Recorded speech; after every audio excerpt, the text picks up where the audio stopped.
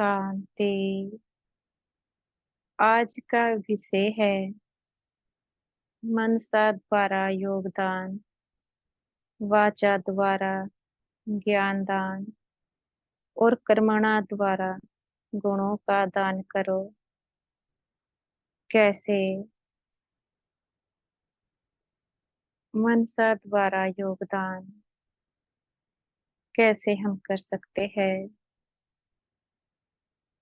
जब प्रतिदिन हम कर्म करते हैं तो चलते फिरते हमें बाबा को याद करना होता है। उस याद से आत्मा के भी कर्म भस्म होते हैं। उस याद से आत्मा पवित्र बनती जाती है। जब आत्मा बाबा को याद करती है तो आत्मा की देह से पवित्र वाइब्रेशंस चारों ओर फैलते हैं। वह वाइब्रेशन वायुमंडल में फैल जाती है और वायुमंडल शुद्ध होता जाता है। जब आत्मा श्वासें लेती है तो वह शुद्ध वाइब्रेशन से सभी आत्माओं को प्राप्त हो जाती है और पांचों तत्वों को भी प्राप्ति होती है। पांच तत्व शीतल बन जाते हैं।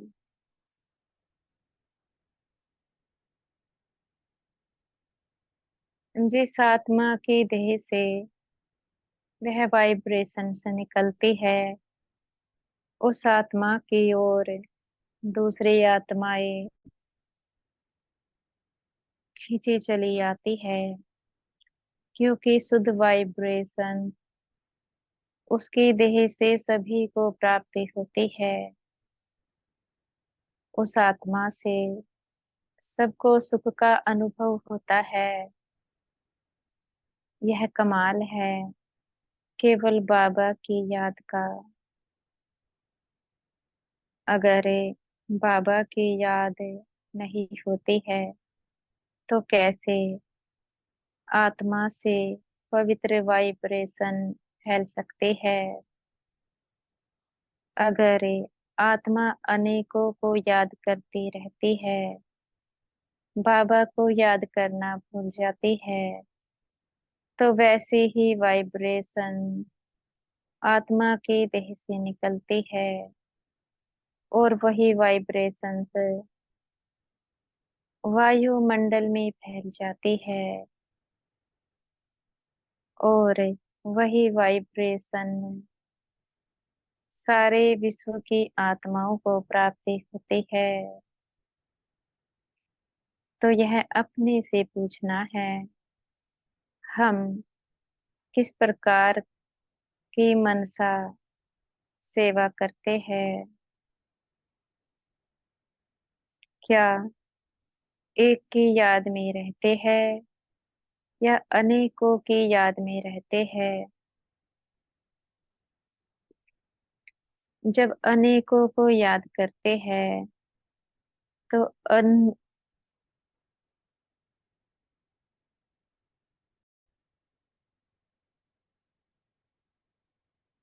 जब अनेकों को याद करते हैं तो उनकी बुराई भी हमें याद आती है। इसलिए अनेकों को याद करने से अपना बचाव करना है। अगर एक की याद में रहते हैं तो मनसा योगदान बहुत अच्छा है, नंबर वन है। अगर अनेकों के याद में रहते हैं तो यह अपने से पूछना है, अनेकों को याद करना क्या इस समय सही है? अनेकों को याद करने से मनसा सेवा में विघ्न आता है, क्योंकि पुरानी बातें बुद्धि में मर्ज हो जाती है। क्या अनेकों को याद करने से अपने भी कर्म भस्म हो सकते हैं। क्या अनेकों को याद करने से इस विश्व का परिवर्तन हो सकता है? अगर सारे विश्व को योग का दान करना है तो एक की याद में रहना पड़े, वह भी चलते फिरते बाबा की याद में रहे, तो ही संभव है कि हम अपना एक एक पाप कर्म यही इसी साकारी दुनिया में भस्म कर सकते हैं। जब तक चलते फिरते याद करने का अभ्यास नहीं होगा, तब तक भी कर्म भस्म हो ही नहीं सकते हैं। क्योंकि होता क्या है, जब चलते फिरते याद का अभ्यास नहीं होता है तो अनेक बातें मन बुद्धि में चलती रहती है। अनेक पुरानी बातें याद आती है। अनेक पुराने संस्कार इमर्ज हो जाते हैं। फिर जो सोचते हैं वही वाइब्रेशंस वायुमंडल में फैलती है, योग में विघ्न आते हैं। इसलिए चलते फिरते बाबा के संग का अनुभव करना है, वह भी बाबा को याद करते हुए। वाचा द्वारा ज्ञान दान। जब हम किसी को ज्ञान सुनाते हैं, हमारी वाणी में बहुत मधुरता होनी चाहिए। हमारी दृष्टि बहुत पवित्र होनी चाहिए। बुद्धि में रहे हम अपने आत्मा भाई को बाबा का परिचय दे रहे हैं। कोई भी संबंध याद ना आए कि यह हमारे संबंधी है या बच्चे हैं या फिर समाज वाले हैं। बस दृष्टि में केवल आत्मा भाई होना चाहिए। यह हमारा आत्मा भाई है। जब हम इस प्रकार से शुद्ध दृष्टि के साथ किसी को ज्ञान सुनाएंगे, तो इस ज्ञान का प्रभाव उस आत्मा पर पड़ेगा ही पड़ेगा। सच्चा संबंध तो यही है कि हम आत्मा भाई भाई है। आत्मा का करंट आत्मा को प्राप्त होता है। जब अपने को आत्मा देखेंगे, वह भी मस्तक पर, और दूसरों को भी आत्मा देखेंगे, उनके मस्तक पर। एक आत्मा से दूसरी आत्मा को करंट मिलता है। जब करंट मिलेगा तभी तो वह हमारी बातों को सुन सकते हैं।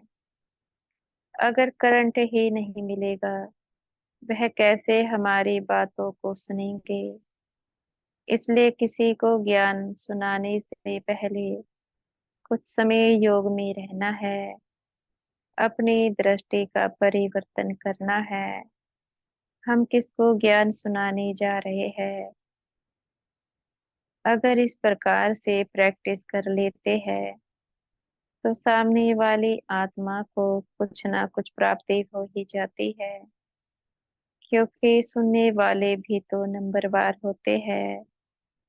सब तो देवता घराने के नहीं होंगे, ना सब क्षत्रिय घराने के होंगे, ना वैश्य घराने के होंगे, ना शूद्र घराने के होंगे।